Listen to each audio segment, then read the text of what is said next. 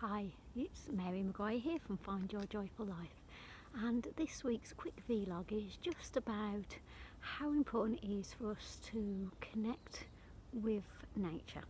So I'm out in this wonderful forest. It's a wonderful space, lots of trees and ferns, and just listen. You can hear the birds, you hear the silence, you can hear the peace. And when I wrote about how we find inner peace in ourselves in Find Your Joyful Life, one of the things I talked about a lot was how important it is for us to get close to nature. So nature teaches us so much about peace, about patience, about being connected to ourselves.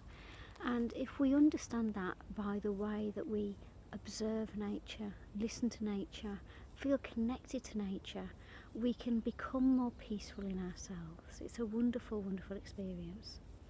So what it helps us to do is there's a number of things that we can notice when we're in nature. The first thing is that usually our breath becomes a bit deeper. We're just able to breathe in more of the sense of oxygen, the sense of energy, the sense of flow, because there's always flow in nature. So how can we just connect with that? That helps us if we've been feeling a bit stressed or anxious or closed in some way. If we feel like that, we actually breathe in a much shallower way, in a way that doesn't help us to actually think things through. So just coming out to nature helps that breath to get deeper and softer and feels just fresher and more energizing. Second thing it does is it helps us to connect with Earth. So Mother Earth is incredibly important to us. It sustains us, it supports us, it helps us to understand how life regenerates and abundance is all around us. So it's a really important lesson for us. But it also helps us to understand the whole concept of grounding. Grounding is really, really important for our energy. It's really important for our ability to actually cope with the stresses of every day and actually learn to cope with things that are unexpected that come to us. So the reason that things like trees are a great example of this, are able to sustain storms and cope with different weather patterns is because they actually have a root system, and their root system is often as deep in the ground as it is above. So what it helps to do is it understands that I need the earth to support me, I need the earth for my strength, I need the earth so that I can get tall. So it understands that grounding mechanism is all part of the aspect of the tree. And for humans it's no different. Yes, we can move around and we've got mobility, but we have mobility because we have the connection with the earth. Every step we take connects with the earth.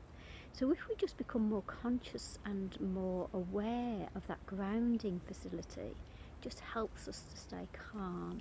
Also helps us if there's something unusual that happens around us that we weren't expecting, and how we can actually help to cope with that. Because if we're grounded, then something coming at us doesn't completely knock us over.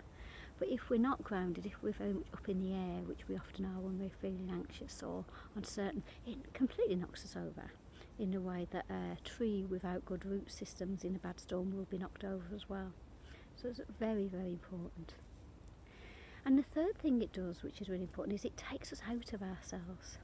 So when we're in our busy lives and running around and responding to things that are going on around us, we're constantly in our own drama. We're in our own thought system, we're thinking about the next thing on our to-do list, we're thinking about the things we haven't done or the things we might not have time to do. And that's just things that we're creating in our everyday life. Now, I know our lives are busy, I understand that, but we can make them less busy.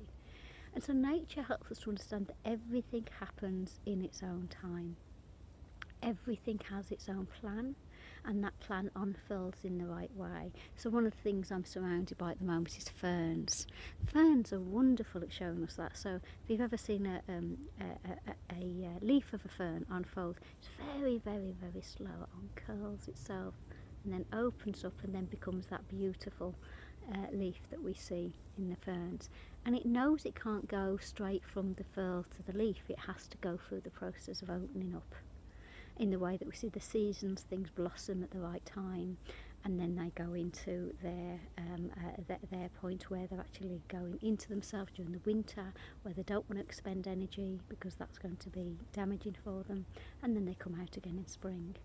And our energy flows have something like that as well. We have to understand that there's a right time to do things. And when we understand that there's a right time to do things, we can just be a bit easier about time. Easier about understanding that time always works for us. When we make conscious decisions about how we use it, when we make conscious decisions about our actions, when we make conscious decisions about how we want to live our life, then time is always on our side. So the summary I'd like to say to you is, if you're not doing that at the moment, get out to nature more often. It will really help you. It will help you to solve your problems easier. It will help you to relieve your stress. It will help you to breathe more easily. It will help you to feel more grounded. So I hope you do that, and I look forward to connecting with you again soon. Take care.